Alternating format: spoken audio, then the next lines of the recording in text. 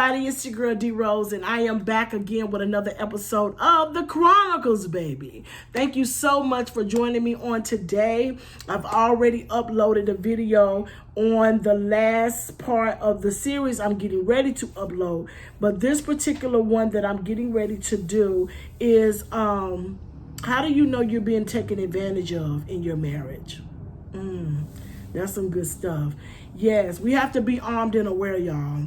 We definitely have to be armed and aware when it comes down to conflict in our marriages. As you know, and as I've said before, there's no way that I am giving anybody permission to leave their husband or their wives. I'm not doing that. I'm not advocating. I'm not speaking that marriage is wrong. Marriage is not this, that, and the third. Marriage is a beautiful thing. The institution of marriage is lovely. The wedding day is all that in a bag of chips, but the real ministry work begins when you walk up that aisle and you go out that door and you have become one and you decided, I'm going to change my last name and become one with you on this day. And this day forth, this is what we're going to do. Sometimes it don't turn out like that, y'all. And in my case, it didn't. In my marriage, it was unequally yoked. It really was. And my mother said this, and I know I said it in a previous video, but she said this to me. She said, you know, I went through some things with your father. And based on the things that she went through with my dad, she didn't openly say what this and that was, but I know that we were young when my dad and my mother divorced. So there was no meaning for me in terms of feeling it. You know, being a part of a divorce as an older child, it was none of that. When my mom and her second husband, which is my daddy, my father, I don't like to say stepfather, stepdaddy. He was my daddy, Joseph Kennedy. Yo, let me tell you something. He was the epitome of what a man should be and how a man should treat a lady. But I was looking for that in my dad, you know, my biological father, who was not there, who had the means to take care of me and my sister and my other siblings that were not a part of my mother's womb. But at the end of the day, you know, it is what it is. So I didn't see that immediately, that this is the man that I choose. And a lot of times us females, we tend to choose fathers, you know, husbands like our fathers, or mates like our fathers, boyfriends. We looking for daddy in all the wrong places and all the wrong men. And then one day it happens and the right man comes along and we're so torn, we're so busted, we're so hurt, we're so defeated. We don't know how to keep them because we're angry, we're bitter, we haven't healed from the stuff that went down with that dude and that last dude, because a lot of women are out here jumping from this relationship to that relationship, trying to get over another relationship that they haven't even healed from. So the other two that they don't jump to from there to them, hey, they haven't even begun the process of trying to get it together, mind, body, and soul. So with that being said, you don't know when you're being disrespected in your relationship. You don't know when you're being taken advantage of. And because you don't know, you know, that leaves you wondering why things are not working out for me, and you're feeling a certain type of way about relationships and love, but you haven't taken the opportunity to relate with yourself, to love on yourself, to commune with yourself, and to love on God and let him do what he do. Because all jokes aside, y'all, he loves us. No matter what nobody else don't think or want to do with us or for us, he loves us. And I'm so glad about it. So how do you know when someone's taking advantage of you? Let me tell you something. And I'm going to stop right here because I forgot, because I'm feeling so good about being in this message right now. But don't forget to subscribe, y'all. Don't forget to subscribe to my videos. Yes, please subscribe, like, comment, share with me, humble me, you know, love on me as I love on you with the messages that I give back. So just make sure that you subscribe, hit the little bell. When you hit the little bell, it'll notify you when I drop a video or when I go live. So getting back, here I am, here I go. Yes, how do you know you're being taken advantage of? So I was saying that there was this meme that was going around at one point on Facebook, and it talked about how, you know, some people don't want love, they just want a place to stay. Ooh, ooh. Some people don't want love. They just want a place to stay. And a lot of times women are already secure. Women are already balanced. Women already got it going on. You don't went to school. You don't went to college. You don't went to universities. You don't went to trade school. You don't went to culinary school. Whatever you done, girl, you did it. And you got your apartment. You got your house. You have a car. You have a bank account. Yes, you got it going on, and a bag of carrots, because I've been eating healthy. No chips for me. So here comes you know who want to come along and tell you all the things you already should know about yourself. But when they come in, they coming on the bus, you know, or they're coming on in a car that's already broke down, half gone. Let me tell you something, y'all. It's nothing against nobody that's riding a bus, riding a bike, riding a moped, a motorcycle, whatever the case may be. Just make sure you can take care of your things when they break down.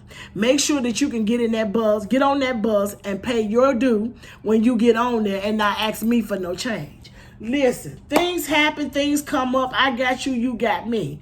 But a lot of times, honey, let me tell you, when you say no and they get an attitude, come on now. When they start stealing out your pocketbook, come on now. When they start staying out and they feel like, oh, okay, I ain't got to go in right now. Come on now. When they start doing things other than what they were supposed to, or what they're supposed to do, according to what you all already had discussed. Now, we're talking about marriages. I'm not talking about nobody that's come over there and bought their barbells, got some junk set out here in your backyard, got clothes, don't moved in, don't have come home. I'm talking about a whole life husband or a whole life wife that decided that they want to make me and you, or you and I, or him and them. Hey, too many people causes a problem. And when there's too many people in the mix in a marriage, we got to sit down and have a discussion based on what it is we're going to do and what we're not going to do. Now, a lot of times marriages fail because of finances. If you ever heard your spouse say, because they moved in with you, these ain't my bills, ain't nothing in my name. They got an attitude about something. They feel in a certain funky type of way. And it's okay. But remember, my sister, you was keeping house before they came along. So it shouldn't be no problem for you to keep house once they're gone. Okay, come on. Let's talk about it. Now, as far as coming in all late and stuff because they feel like they don't have an obligation, sometimes they forget that you changed your last name. They didn't change their last name. They still rolling around here being who they are. Because a lot of times they still have not gotten out that street stuff, that stuff they want to do, or that stuff they say they didn't get to do because they did time. So they didn't get to enjoy life and sow their royal oats. So now they feel like, okay, I got her where I want her. So I can come in when I want to, or better yet, let me go in here and make real good love to her. Let me make her feel real good, make her feel real right. So for a couple of days at least, she ain't gonna mind me messing up. All I got to do is apologize. And when he apologizes, y'all, it's the same thing over and over again that he's apologetic for. We ain't got time for that, because that means it's insane, boo. It's insane for you to continue to come to me with the same nonsense that we already discussed, that we already fought about, that we already argued over. We ain't got time for that. Come on now. You know your car was clean now. Your car. Not his car, but your car. A lot of times we get together in these relationships, y'all, and we become one with people that don't have nothing. You already have your table. You already have your stove. You already have your lamps. Y'all already know how my girl Juanita bound to put it down and no more sheets. Get your own stuff, like she said. Get your own stuff so when they have to depart from you, because you know the Bible says, you know, when we go up and God get ready to judge and he say, depart from me, you workers of iniquities, that sometimes you got to tell these people on earth the same thing. And that means some of these no good husbands that don't want to do right, don't want to add and subtract. No way, no how. They just want to be in a place where they can do what they want to do and they think they can control you. Now, when you're headstrong and you're powerful, nobody can pull that junk on you. Okay? What you're not going to do is put your hands on me. That part you're not going to do.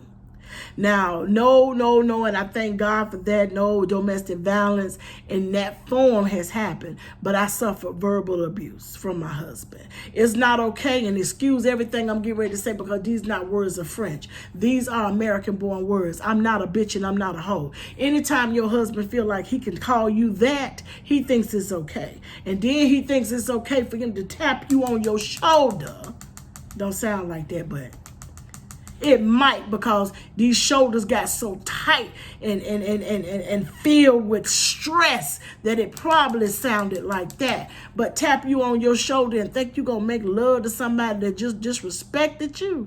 Baby, you better get on up out of here and get out my face real quick in a hurry. You have to remember whose you are, what you're going to tolerate and what you're not going to tolerate. So when you get married, there's so many things that we know that God is not pleased with. He's not pleased with adultery. That's grounds for divorce. That's ground for divorce. I don't want to be with you if you feel like you got to go out here and get somebody else's stuff to satisfy you. But you can be satisfied by your wife if you don't disrespect your wife. Right? Because how does a man think that a woman wants to lay down with him after he's called her derogatory words? It's hard to become one with the person you're supposed to be one with when you become separate. Like you living in the living room and I'm sleeping in the bedroom. That kind of stuff. So we have to be mindful when you're being taken advantage of, when there's no even swap, no swindle. When there's always a swindle, when it's always I'm giving you more than you're giving me. When it shouldn't be like that. When it's a hard time you bringing something to the table, but you don't say thank you when I paid your end of the bill because you messed up because you want to go out here and do drugs. Come on now. That's advantage because they know you got it and they know you're not going to mess up your bills. They know you're not going to mess up your bills. And they probably feel like, oh, she ain't going to want to even say nothing about what's going on with us because she wants to protect her image. Lies. Because I'm going to tell you something about what I know. The more it comes out, the better I feel, the more that I heal. I can't wait to get my last name back. I can't wait to go to the next level in my life as a single woman because I do not want anybody to go through the things that I have gone through in my marriage. Listen, y'all, we have to be accountable in knowing the voice of a stranger that I will not follow. And like I said in the previous video, my mother said some things to us that made me think. I went through things with your dad.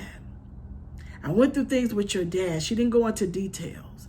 But she said I had to sit back and ask myself, did God put us together or did we? When we go to messing and putting stuff in a place that God did not ordain, come on now, it can be problematic. And you're going to have heartache, you're going to have pain, you're going to have destruction, your finances not going to be right, your kids not going to be happy, your grandbaby's going to be in harm's way. A sad day was when I told my daughter, you're going to make a good wife. She said, I don't want to be married because of what we portrayed in front of them. I don't want that. So I got to let my daughter see me love myself. I got to let my grandbaby see me love myself. That's healthy.